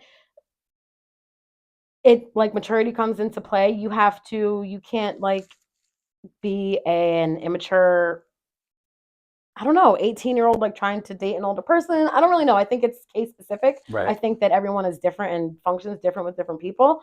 If you are able to date someone your age and you guys are around the same level, great. If you have to date someone older than you so that you don't feel like there's an imbalance of mental whatever, like that's fine too. But I think that if anything, it should be the other way around. Like he should be ready to get married and she should be the one that's like, we're still young, like let's wait a little bit. So it just seems weird to me that he's the older one and he's not ready to commit yet. You know why it seems weird to you? Because you're a woman, which is obviously perfectly fine. But it's like I look at it a little differently because being a man and like not that I like can relate to like all types of men and whatnot, but I can either sympathize or try to understand their thought process or at least like realize it, recognize it. Him being 24, I can't believe she gave that information out because she definitely said over 6 years, so that means that it was before she was 18. But we'll stick at 24 and 18 so we don't get canceled. Right. I didn't think about that. You're right. What it sounds like to me is, and I feel this with most cases, not gonna specify any cases in the room, but I feel like if a man, especially if it's an 18-year-old, if you're getting with an 18-year-old and you're mid 20s, definitely if you're older, there's something wrong there because on your end, because I deem that as you were plotting on her, or you're plotting on 18-year-olds. You're plotting as like you're waiting for like when girls turn 18, or you're doing something wrong with women your age and older that can recognize it, and you're a red flag, and she's not going to recognize it because she's freaking 18, fresh out of high school. So yeah, it's grooming, different things of that nature. So like I'm not that I'm against age gaps in relationships or whatnot, specifically this one, and it also like is kind of goes on. It makes sense for why he's being weird about marriage. Like it's obviously it's a hunch, but it's not like 100%. But it aligns with that. Yeah. So yeah. You might want to do some digging on that, girl. You're right. That's a good take. Actually. I'm for a lot of different cases. I'm not like too fond of things like that because I've come to realize in my adulthood that men, like most men, or at least 50-50, are weirdos. Yeah. So it's like this seems like that type of situation, especially with his response. Right. His response was, "I gotta see we're a good match after 6 years." Like that's BS. Yeah. So you should do some research, girl.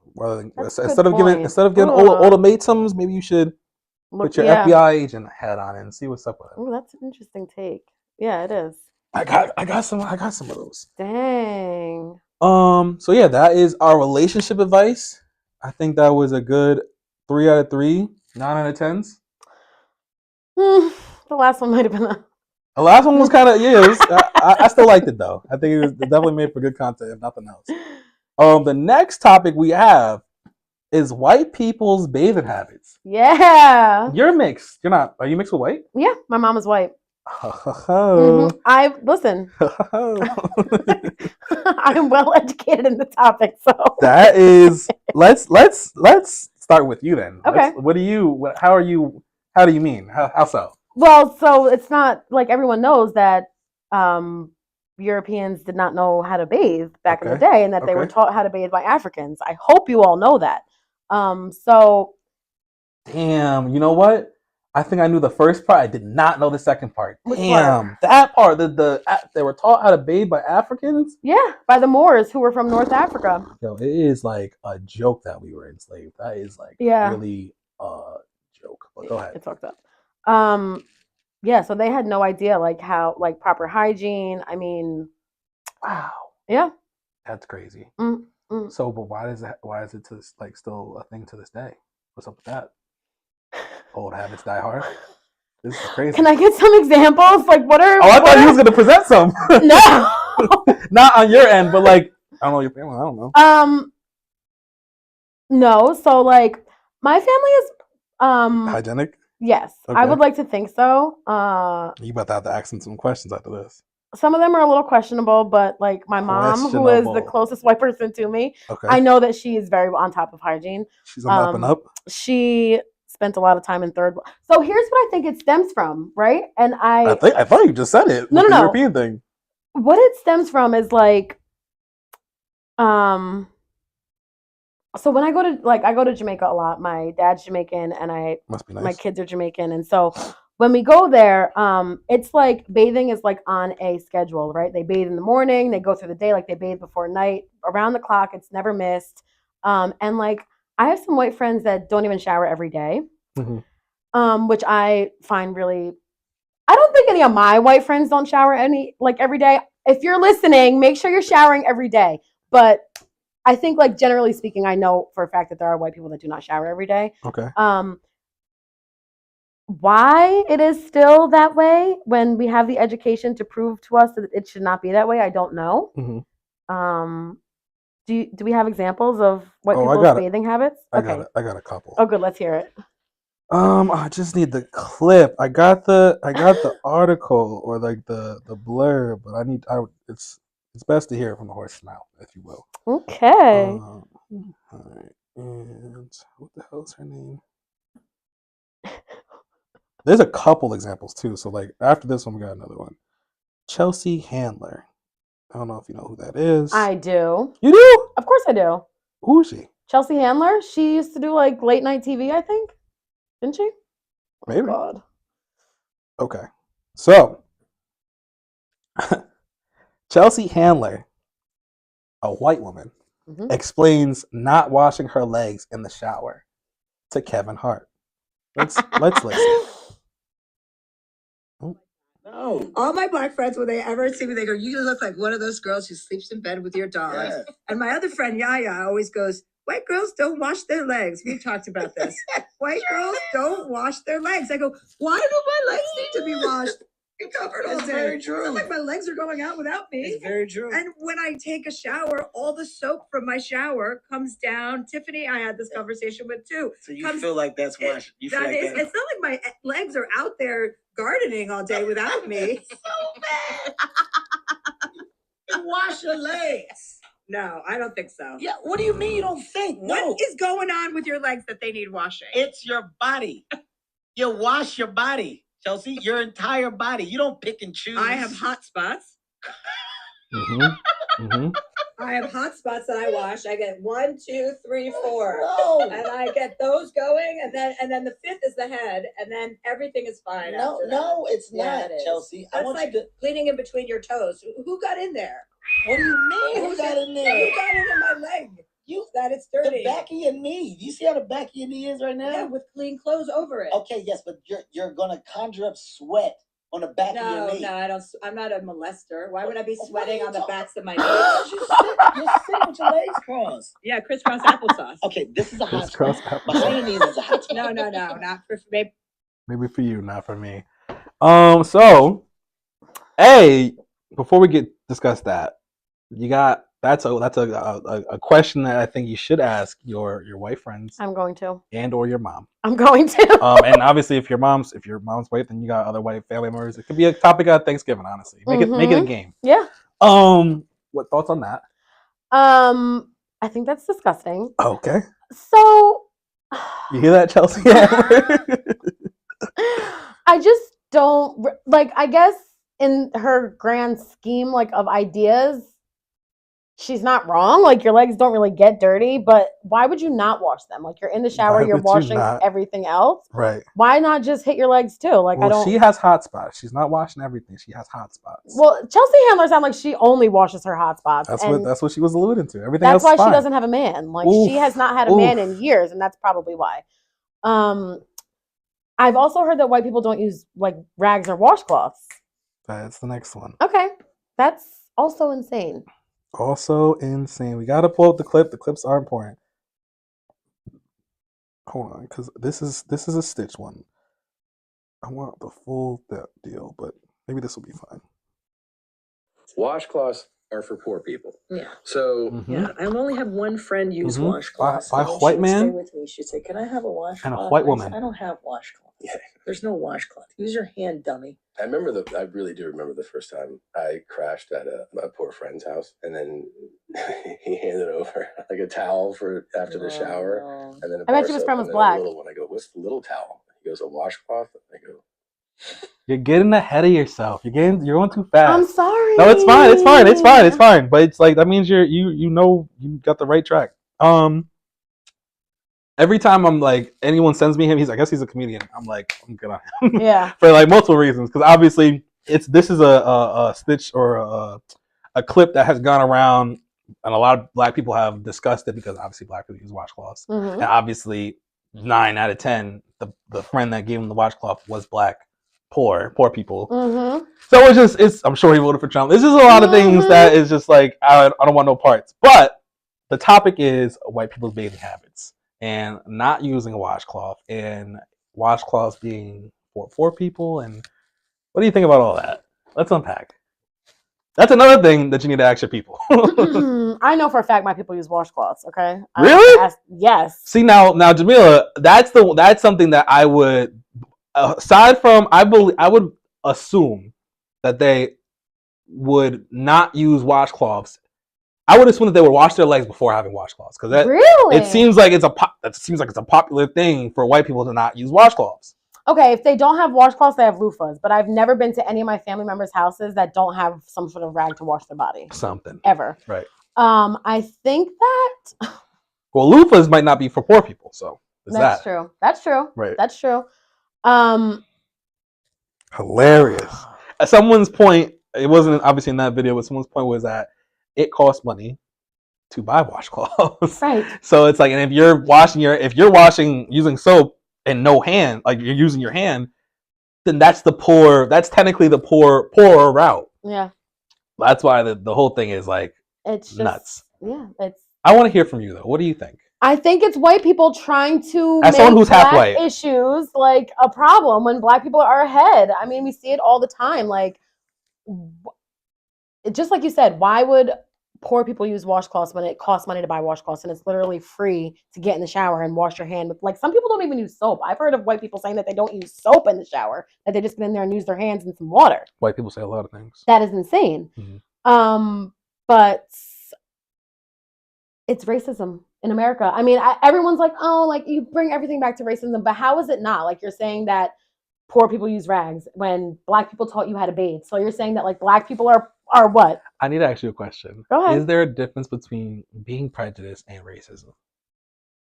I think in the dictionary, right. Technically white people cannot be racist because the term racism was built on the fact like systemic oppression involved. I think prejudice is just like you have a disliking or a like you don't like a specific. You just said that white people can't be racist. I think you said that wrong. I think you meant to say that they can't be victims of racism. There we go. That's what I meant. Okay. I don't want anyone to kill you in the comments. Thank you for that. No problem. Yeah, they can't be victims of racism. So when Right. people are saying like, oh well, 'Cause they like weren't I oppressed. experience racism all the time, like no, you experience prejudice all the time. Right. So that's the difference. I think that think racism comes from white people that have systemic issues against black people, whether it's known or like microaggressive. And I think that prejudice is just like, you could be prejudiced against anything. You could be prejudiced against the color of someone's socks. Like, Right. So let me ask you like this: can a white person be prejudiced and not racist? no. Okay, that's what I thought. No. If a person is prejudiced, if a white person is prejudiced, Right. they're racist. I only asked you this because I had to. I know, I saw it. Yeah, I it was saw it. I Shout saw out it. to Quasimodo because that was oh my god. I love the reason why I told different people I love that conversation because I've had conversations that have made me like I don't even know like look at a person differently or just leave me heated or whatever the case would be is. I think that we both talked like came from different perspectives and opinions and whatnot, and we just had equal respect for one another to like talk passionately, but not look at each other differently and like honestly hear each other too. Yeah. That's obviously important. So it was like if I didn't have my receipts or was looking things up and whatnot, it probably wouldn't have gone that way or probably wouldn't have been as productive as a conversation. But even though Quasi has some skewed views in my opinion, he's still good in my book. Yeah. I have a lot of respect for him. Although, Quasi, you said something that was absolutely insane on the episode when I was listening.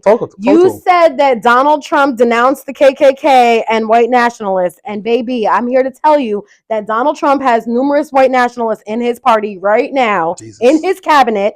And Donald Trump pardoned multiple white nationalists from the January 6th insurrection. So I believe it. Donald Trump can literally come out and say that he's not racist and that he denounces the KKK just as easily as I can sit here and tell you that I voted for Donald Trump. And I'm bold-faced lying to you, just like he is. Donald Trump is a racist. And you heard it here first, folks. What else as far as white people and their bathing habits? I guess, do you know Benny Blanco? Yeah. I was told I didn't do too much research on him because I don't really care about him that much. But I was told that he only bathes sometimes, like he doesn't bathe like a lot. I wish I would have at least got the article like to read it like word for word, but I feel like we just like we talked about not using washcloths because they're for poor people. And what was the first one? Not washing your legs, but then bathing like some days or whatever the case would be is like for the last thoughts on this, like what are your thoughts on all of these, and are you going to ask your people like all these different things? Absolutely, I am. I have a please let me know their general and like I have a pretty good feeling that most of my white friends bathe every single day and wash their legs and use washcloths. So guys, they're the please exceptions? don't let me down. They're the exceptions? No, but I don't think all white people don't wash their ass. Like I think that some white people think that they don't have to use washcloths and Chelsea Handler has like a little bit of a controversial background, so there's that to be said. But like people in the Black community, people in like third world countries, like I said, bathe multiple times a day. They bathe before they go out on the street and they bathe before they get into their bed at nighttime. And when I was a kid, my dad's Jamaican, he would not let me go to bed before I took a shower. I was not to get into my bed with outside germs on me. Makes sense. And so white people, I think that white people are different though. They'll kiss their dogs and their cats. I was gonna say, so like we also don't sleep with pets in our bed. Right. That we would never go. And I'm not coming at white people because I'm not half white. I don't have the same rank as Jamila does, but she can go at it. Y'all kiss your dogs on the mouth and let them sleep in bed with you when they lick their ass, and then they kiss you on the mouth, and that's insane. It's not okay. You will never convince me that a dog's mouth is the cleanest part of their body. But they do. Some do consider them to be like children, so there's that. They lick their a lot daily, and then they want to come and lick your face with it. I wouldn't recommend it. I'm not doing it. Yeah, I think, Jamila, if you genuinely ask your people, you think I'm going to be surprised? You're in for a surprise. If you have so much faith in them, you're in for a surprise. Okay. Or maybe you're not in for a surprise. Is it 50-50 with you? Like, how do you feel? I don't know. I think maybe I would. That's three steps. Yeah. That's do you wash your legs? Right. do you use a washcloth? And do you wash shower every day? Right. They're not hitting all three. Really? No, that's three very like I'll be surprised if they hit 1 out of 3. I'm gonna Just 'cause mention the honorable washcloth- mention. Do you wash in between your toes too? Honorable mention. That's insane. I don't know. Because the washcloth thing is heavy. Like I like that's like, but like you're given the loofah thing, but I think it should be specified to washcloth. Okay. Just because I don't know. I just feel like white people just don't fuck with washcloths. Like, yeah. Even the ones I come in contact with. If I was younger, I would make it a survey, like go around, record it, the whole nine. I might even still do that. But yeah, it's just like washcloths and white people. They just don't go together. It's like them in like I don't want to say seasoning, but like you know what I mean. Wait, so they really are using they just use their hands? You heard it first from the white man and the white woman. I'm not telling you; they're telling you. My brain cannot comprehend. But you have white people to ask. I do, and I'm going to ask them tonight. Right, and I gotta find some white people to ask. I love that for you. We are talking about a lot today. I don't even know where we're at as far as time goes. Looking, it's got to be like close to an hour at least. Where are we at? We are at. Yeah, I can't tell. It's fine. All right. Next topic. What is a top tier man? And before you answer that question, are you gonna play? Okay, go ahead. no, go ahead. What, no, no, go no, ahead. no. What are you gonna say? Are you gonna play a video of a guy telling you what a top tier man is? Do you have a guy in mind? You can be more specific? No, because I can't think of his name. But there was like this viral video going on about this man telling you what like a top tier man was, and this girl completely destroyed him. Yeah, we're here Oh, I today. love that. That's Okay, funny. good. That's actually hilarious that you say that. Let's get into it. I love that video. Do you understand? I mean, not do you understand. Do you know that guy, you don't know that guy. You only know him from that clip? I've seen other clips of him, but no, I don't know who he is. His name is Cooley. Yeah. And his podcast is No Fugazi podcast. Shout out to him and his podcast. It's funny because I usually, up until this point, up until recent events, I've agreed and respected his points and point of view as a man, speaking up for men and defending men and directing quote unquote toxic women into their places or whatever, like however you want to word it. Until I figured out that he wasn't for Kamala Harris, which if you're not for Kamala Harris, that means you're for Trump. I can't get down with that, or can't like obviously support that.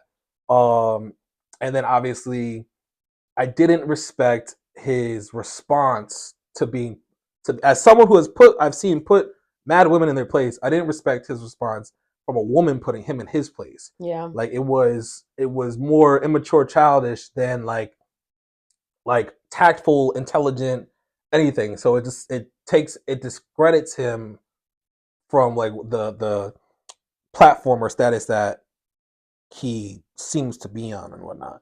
And it's not ironic, but it's funny that he has so many women on that are quote unquote undesirable, or I don't know, whatever the word that he uses, but when he was talking to like a knowledgeable, well-spoken woman, he got put in his place and didn't know how to respond in a like tactful, intelligent way. Right. But I'm spoiling it for the viewers, so let's play this top tier man video. You're a man, and that is the truth. Do you believe you're a top tier man? By what standard? All right, let's run it back a little bit. This is his Modern day podcast women that they're just- on? He was a guest on tonight's conversation. You gotta, to see the whole video, you gotta like get the app. It was wild. I'm glad I could at least pull up the clip from the podcast, because they have YouTube, but they only post clips on there. The whole episodes are on their app. Tonight's conversation. Modern day women just don't qualify for the top tier men, and that is the truth. Do you believe you're a top tier man? By what standard? I'm 6'4". Only about 8% of the entire world is 6'4". I make well over 100K a year, and I'm black at that if you add that on. So just if we're speaking about those figures, the things that women are attracted to, no, I'm not going to toot my own horn, but I'll let you do the math. Hold on, before we go. How do you feel about that as a top tier description of a man? I think that makes him like a desirable man, but I don't think that makes him a top tier man because there's much more. Like you can have all the money in the world and still be a piece of shit. That's true. What's your math saying? The conversation and the words that are coming out of the mouth of someone like you, I would never consider top tier. A top tier man is also a man that is extremely desirable by way of his character. A top tier man is a man who displays a certain level of intellect that allows him to consider other people. A top tier man, they lead with love, not with dictatorship, right?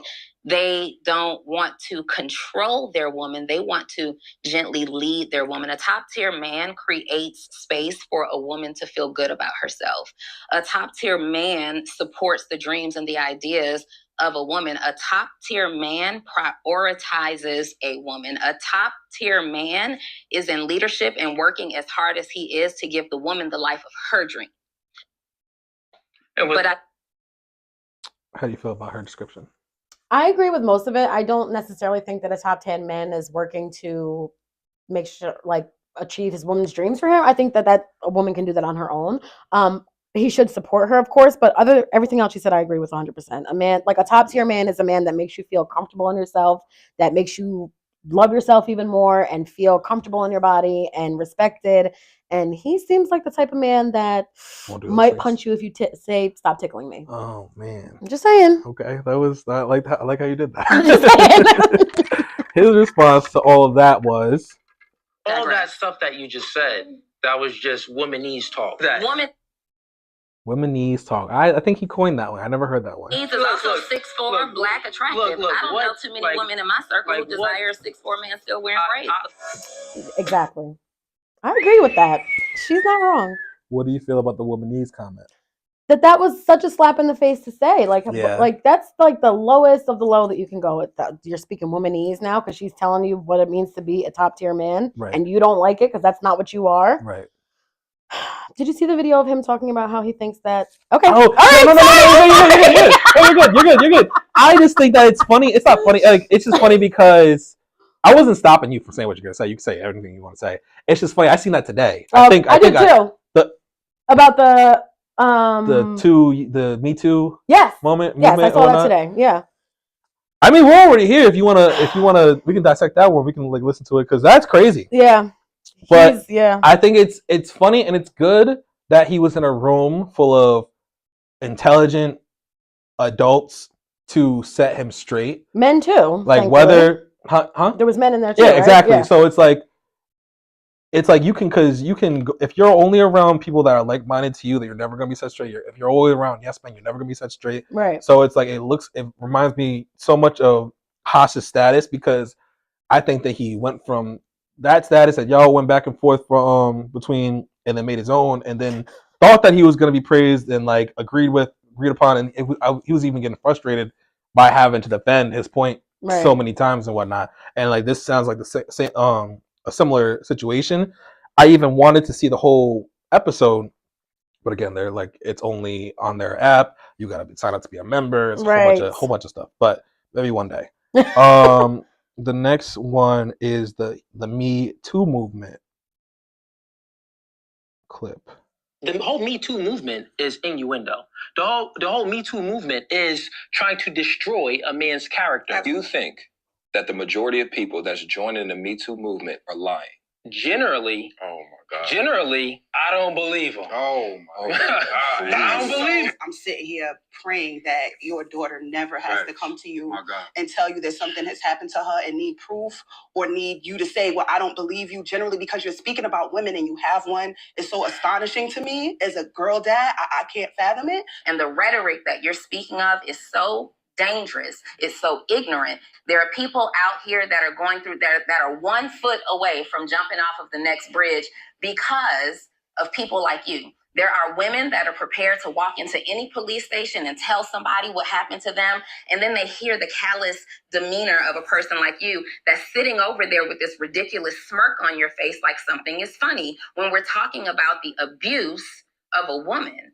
And you still sit there so callous, so disrespectful, because you're looking for your time to interject. You got something that you want to say right now because you're not here for understanding. You are here to satisfy your own ego, and you're here to spread this ridiculous, toxic message to whoever is willing to see it and agree with you. In regards to everything that you said, you're false, you're wrong. It doesn't make sense. It's not anything that I embody, so that is false. But anyways. That is the clip. Your thoughts? How did he? Yes, I have a lot. First, he said that's not anything that I embody, but he literally just told you that he doesn't. He thinks the majority of the women that report that are in the Me Too movement are lying. So obviously, you do. I think it's really a slap in the face to, like, I do not believe that a man should ever open his mouth to say that he thinks that a woman is lying about sexual assault. Right. Majority of the women that are SA'd don't even want to tell anybody about it. Right. So they're not going to lie about it. Right. And it's like just a huge, again, there was a little clip from last week's episode where some particular person said that he didn't believe that our next president assaulted all the women that he did. And it's like, how can you sit there and say that you stand for women's rights and then say that women are lying about, like, why? Why would they lie about it? That's a good question. I think it's disheartening that men feel this way, and it's scary to know. Like, I think that he does have a daughter, right? Doesn't he? That's what they said. I didn't know that. I didn't know that until that clip. So, like, the fact that men are out here, like, that have daughters that they have to raise in a world where SA is a real thing, and it's like, it's not just like a fairy tale, like, myth that people make up. People are dealing with this on a day-to-day basis. So for a man, especially a top tier man, as he claims that he is, to sit there and say, like, that he thinks that majority of the women in the Me Too movement are lying is like, it took any points that he had going for him immediately away. Right. I think that if the first clip where he made himself look like an ass wasn't enough, the second clip definitely makes it very clear. Unfortunately, Cooley, it's not my decision, but it makes sense that it'd be the woman's decision that you're not a top tier man. Because I don't know, like, you can't be.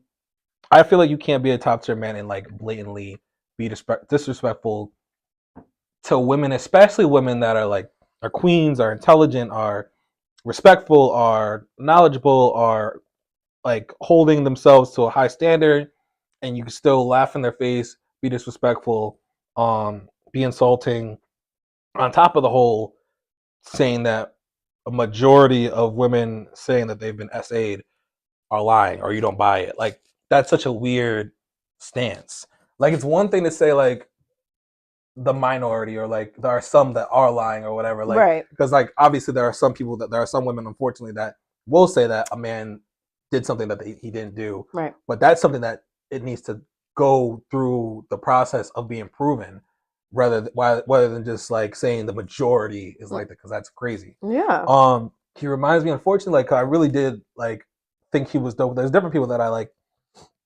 Like, he has a podcast. Obviously, I have a podcast, and, like, as he has a successful podcast, so for that reason, I looked to him as, I guess, somewhat inspiring, but, like, just respecting the fact that he's doing what I'm doing and he's doing it well. Mm-hmm. But I don't know. It definitely takes it makes you take a step back to understand who the person is and understand that they're not. He reminds me of. That's what I wanted to say. He reminds me of. I don't know if you're familiar with what are their names? Fit and Fresh and Fit. Mm-mm. They're like him, but, like, not 6 foot something and like fit or whatever. Like they're like their names are Fresh and Fit, but all they do is talk down on women and disrespect women, have women that aren't necessarily the most intellectual on their podcast just to belittle them and talk shit, and then they'll end up talking to a different man that doesn't have the same ideology as them, and then they get put in their place. So it's just like it's like anyone who knows Fresh and Fit knows them to not, like, be likable people, like likable guys. So it's like, I don't know. I didn't think that I would ever put this guy in that category, but it's clear that it doesn't really matter who he's talking to. He's going to keep that energy even when it's, like, super unnecessary and uncalled for, on top of, like, again, the whole Me Too movement, which is, like, obviously baffling, especially with him having a daughter. Yeah. And you could tell just by like the way he went into it in the first clip. What did he say? Like, majority of the women out there don't qualify for a top tier man like that. He seems like the type of man that will degrade any woman that comes into his life and then sit back and talk about how there's like no good women in the world. There are good women in the world. You're just like choosing to, I mean, who even knows? But I think that yeah, it's never a good look as a man to speak about women that way. Right. You definitely get more points as a man. Bigging them up, uplifting them and whatnot. Yes. So it's like I don't have a problem with him having a stance and talking about certain women, especially when it counts. Like the guy, like similar, like opposite way around, tables turn reversed. When you spoke on the guy that punched the girl when we were doing the relationship advice, like that makes sense to then discuss him appropriately. Like, so if he's in a room full of girls that are OnlyFans girls or whatever they do, like that makes sense to discuss them, whatever is appropriate to them. Right. But to like group all women and say that most of them are not fit for a top tier man, especially when your definition of top tier man is like 6'4", 100,000, right. like different black, like it's like that's not even. It's rare because like obviously like the majority of people aren't 6'4" and aren't maybe not like $100,000. Like it's rare statistically, it's rare, but it's like if you're treating somebody like shit, it doesn't matter if you're 6'4" or right. 5'4". Right. You're still treating that person like shit, and you're still gonna be in a toxic relationship. Right. So it's just like it's unfortunate. It is. It's unfortunate, and it's unfortunate. Like the one woman, I don't know if you saw when we played it, but if you saw it when you watched it on your own, the one woman was getting like emotional because she really felt bad for his daughter because she knows if she ever goes through anything, she doesn't have her father to lean on. Mm-hmm. So I don't know. I hope that a majority of people saw the clip and can be aware of the dangers of, I don't know, it's like knowing your platform and knowing the responsibilities of having such a platform, and maybe hopefully he'll go home and see the backlash and look himself in the mirror differently. Right. So, and as men, please let's stop like saying that women are lying about being assaulted. If you want to say like majority of the women are telling the truth, or there's a few that lie about it, fine, but like make sure you make that just like discrepancy, because just to get on there and say like, oh, women are full of shit and lying about being assaulted, like that's crazy. It's a slap in the face to women that really are assaulted. And again, it sounds very old white manish. Mm-hmm. But hopefully that's the last we hear of that. Somehow I don't think so, but I'm rooting for change. Oh, just from him, you mean? Yeah. Oh, hell okay. yeah. Okay, just from him. Like we got one step at a time. Next topic is People's Magazine's Sexiest Man Alive. Did you see People's Magazine Sexiest Man Alive? Not the most recent one. The most recent one is this man, John Krasinski from The Office. I don't know if you watched The Office. I feel like I know who he is, but he looks different than how my brain is picturing him, if that makes sense. In The Office, he had like bangs. No facial hair, right? Maybe no facial hair. He's a little older now. What do you think about him for Sexiest Man Alive? It's a no for me. He's not the sexiest man alive for me. For you, but is there a butt coming? No. Okay. I don't think he's the sexiest man alive, period. Okay, well, let's see if before we go. Actually, yeah, let's see before we move on. Who would you say that would be a contender for Sexiest Man Alive that hasn't been Sexiest Man Alive before? Oh, that hasn't been already? Right. Oh, that's a hard one. Dang. So Michael B. Jordan's out. Oh, he is? Yeah, he's out because he's Idris already been Elba's out, I think. Idris Elba's out. Dang. The Rock is out. I don't think The Rock is all that attractive. Brad Pitt is out. Brad Pitt's a cutie, but maybe I'm trying to think of like younger people, because then maybe they haven't made it yet. Mm-hmm. John Legend's out. I literally have nothing. Hold on, let me think. It's fine. It's been a lot.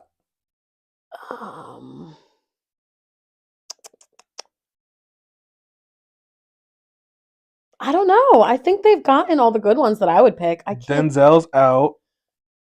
People love him. I don't think he's that attractive, but that's just my personal. He's a 90s heartthrob. I know. I'm trying to think. Paul Rudd is out. I don't know if you know Paul Rudd. Yes, I do know who Paul Rudd is. The ageless man. Dang, I have nothing. That's insane. Chris Evans is out. So Who's maybe Chris Evans? Chris Evans is Captain America, white Captain America. Okay. Is Aquaman on there?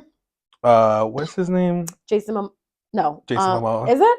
Yeah, I don't know if he seems. I don't know if I'm not seeing him on cover. Wow. He might have been it, but because he's a part of like the magazine, but not a cover. But maybe this is why what is his name? John Krasinski got it because they went through everybody else. Yeah, even Paul Rudd. Like, you know what I mean? Paul Rudd is not attractive. Who voted for him? He's ageless. He's aging like the finest of wines. Look at that guy. Yeah, he is a cutie. Actually, I'm not gonna lie. That's white. That's white. Tall, dark, and handsome. Yeah, he is. He's a cutie pie. I've never dated a white man before, so I don't really. Oh, so you're inexperienced in this field. Yes. Trying to. But if you did, that's Captain America for you. Mm-mm. That's not doing it. Mm-mm. Okay. Well, okay. No. Teach his own. Jason Momoa is about the closest I think I could get to.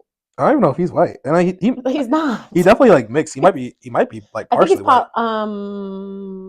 Momoa sounds Hawaiian? like Hawaiian. Yeah. Polynesian something. Something like that. That is funny. I can't believe that guy from The Office got Sexiest Man Alive. I can picture his face right now from The Office, and it's not sexy at all. He's America's Sexiest Man Alive. I can see that. Size and disappointment. What else? Also featured. Did you watch New Girl? No.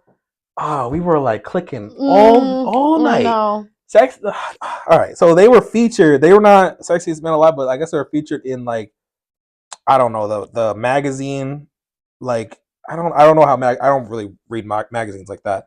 But the sexy guys of New Girl reunite for the first time, and they were like highlighted basically for this specific article. So, got 2 white men and 2 black guys. Okay, he's a little cutie in the back. That's Marlon Wayans' son, isn't it? Or Damon Wayans? Damon looks just like Damon with hair. Yeah, he's a cutie pie. Okay. Yeah, he's cute too. Those 2 are out completely. So okay. He's a no-no. Okay. Those 2 are both no-nos. I'm sorry. So now you got. I suggest New Girl is. I would deem it as a white show. But have you watched Friends? Mm-hmm. New Girl's like Friends. Okay, I hate Friends, but. You watch Friends, but you hate Friends? I don't watch Friends. I know what Friends is. I've never sat and I'm not a Friends girl. I know people are Friends fanatics. I'm not. Right. I feel like most black women I talk to don't really fuck with Friends. Yeah, no. I watch Girlfriends. Maybe because there's no black women on Friends. Yeah, there's none. There's no black men on Friends either. That don't stop me fucking Friends. That's so funny. And another guy that was featured on the Sexiest Men Alive magazine was Benny Blanco. And I think I have to have a hunch that it's because of him being in a relationship with Selena Gomez. So I feel like he was probably one of the most talked about guys just because of his relationship with Selena Gomez. So I don't know. They were like, Benny, you got to come through, and this is going to be a conversation starter, if nothing else. I need to know how. What is that? People Magazine? Yep. I need to know how they're vetting and deciding on who gets. Is it of the year or of the month or? So he's not the Sexiest Man Alive. The Sexiest Man, or he's not the cover of it. He's just featured in the magazine where it's the cover. So this is like a sexy man, I guess. I don't fucking know. So he's not the Sexiest Man Alive, but they like highlighted him in the magazine for the Sexiest Man Alive with John Krasinski, or however you say his name. In his article, he gives relationship advice to the male species because he pulled Selena Gomez. I want to say because he pulled Selena Gomez. That's the only reason why I would think that they were asking him for relationship advice. So he says, learn how to cook. 1. 2, first dates should be experiences. 3, dress with confidence. 4, self-care is a must. 5, welcome everyone into your home within reason. 6, treat your mother like a queen. 7, gift giving is an art. 8, say no to ghosting. And that's all of his tips for relationship advice or tips for dating. I agree with all except welcome people into your home. Right. Even with reason or without whatever he said. I don't play that shit. I think it's because he's rich. And he's got security. Okay. That's funny as hell. But the rest of them I do agree with. You have to learn how to cook. Women love a man that knows how to cook. Right. Self-care for men, I guess, is a must. What do men do for self-care? Different men do different things. Some men get some petties and whatnot. Some men do facials and whatnot. Okay. Some men don't do anything. Some men put on deodorant. Some men don't do that. So it's like you just gotta take your pick. Okay, fair enough. I think he had good advice for dating. It's at least you could do, to be honest. Yeah. Yes. And I hope that. I mean. Are him and Selena Gomez still together? Yes, and they're doing, at least the one thing I can say about them, they're doing better than Skai Jackson and her baby daddy. So that is hats off to y'all for that, because y'all could be doing way worse. Yeah, I feel bad for Skai. Yeah, but hopefully 2025 will be her year. She's gonna have a new baby. Yeah. So she got to have that to focus on. Yes. I think that should bring different blessings. Like a lot of times, I don't know. Obviously, I can't speak for you, but I know that with my children, they have brought the best out of me and make me a better person and whatnot. So and make me, for the most part, make better decisions with my life. Right. So hopefully that'll be the same for Skai. No more pen pals from prison. No, and chasing your baby daddy down the street looking crazy. Let's not do that. And she's pregnant. That is insane. Yeah, that's a lot. That's a different way to get some exercise while you're pregnant. Anything else on the sexiest men alive? No, nothing. Well, that is our last topic. Wow. How'd you feel about the episode? Great. I thought it went great. Do you have anything else to say to the people that could be watching and will be watching in the future? I have nothing to say. Follow me on social media if you like. What's your social media? Facebook is Jamila Santiago. Instagram is _Jamila PXO. And Instagram, did I say that? What did I just say? You definitely said your Instagram, but I don't know if you said Instagram. Jamila PXO. Instagram is _Jamila PXO. And I canceled Twitter, so I'm not on there, and I don't know my TikTok off the top of my head, but you can find me if you look. Right, and you can send her a DM too if you want to follow her, like find her Snapchat. Very cool. Well, this is Jamila's first time on the podcast, and hopefully it's not her last. I hope not.